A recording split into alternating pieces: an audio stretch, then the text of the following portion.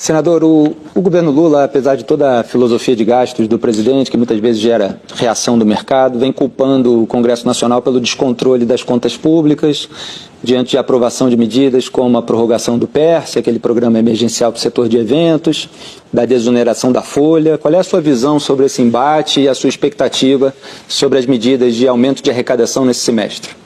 Eu acho que o governo Lula, exemplo do que fez nos últimos 14 anos, está acelerando o processo de quebrar o Brasil.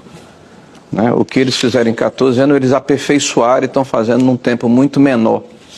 Até porque, desta vez, há uma certa boa vontade em relação ao que está acontecendo no governo.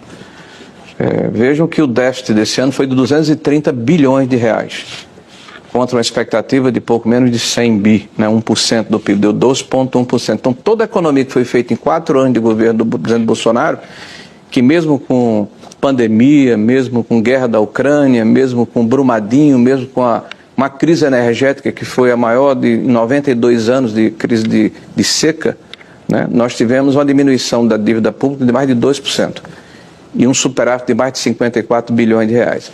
Aí nós vemos agora um aumento, o déficit de 230 bilhões, com o Haddad indo a público dizer uma inverdade. Dizer que isso é culpa do governo anterior, porque 92 bilhões são de precatórios. As pessoas parecem que não fazem conta, e o ministro parece que não tem responsabilidade quando fala. Os 92 bilhões de precatórios do ano passado são fruto de um aumento exponencial de mais de 60%, que a média histórica era 60 bi, subiu em 22 para 93 ou 94 bilhões de reais, e o orçamento pagou 60 bilhões, remanesceu 32 bilhões por causa da PEC do precatório, que inclusive o PT votou favorável no Senado da República. Então sobrou de 22, 32 bilhões.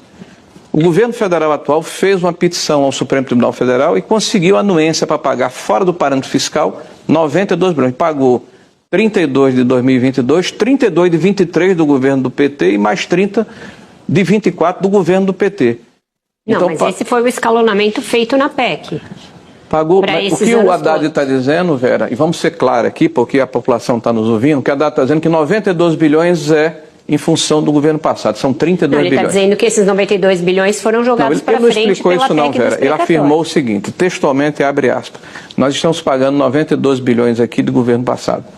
Em qual governo foi feito esse acordo dos precatórios? Foi feito um acordo de diferimento, mas o recurso não é devido do governo passado, é devido de 23 e 24, que já é o governo do PT. Mas... que está dito dentro do orçamento, dentro da PEC que foi aprovada, é que o teto era 60 bilhões. O que passar poderia ser diferido até 27. Então, o que foi diferido dos anos de 22 só foi 32 bilhões. Então, se você pegar o período, porque o ano fiscal começa em 1º de janeiro e termina em 31 de dezembro, ele não é expandido até 24. Então, o déficit, na verdade, é o déficit subtraído 32 bilhões com superávit de 54, dá mais de 20 bilhões ainda de superávit. Então, nós estamos tendo um governo que está muito mais preocupado em aumentar as receitas, inclusive com receitas não recorrentes, como é o caso do PIS/PASEP, como é o caso do CAD, e as despesas que estão sendo colocadas dentro do orçamento, elas são permanentes. O que vai acontecer no futuro é extremamente previsível. Nós vamos desarrumar as finanças públicas e vamos partir para um processo parecido com o que aconteceu em 2015 e 2016. Basta ver o que está acontecendo com a Petrobras, com o aparelhamento da máquina pública, com a questão do conteúdo nacional, com o lançamento do terceiro PAC, que é uma galhofa, uma brincadeira.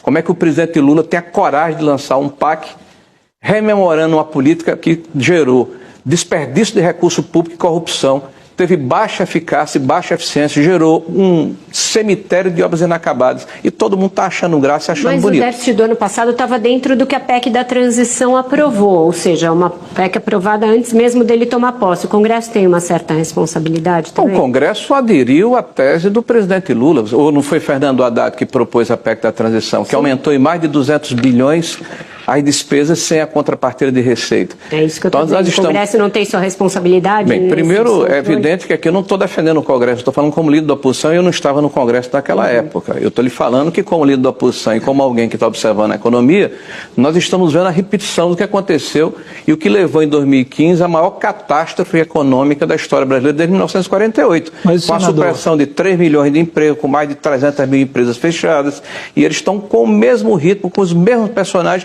com os mesmos métodos.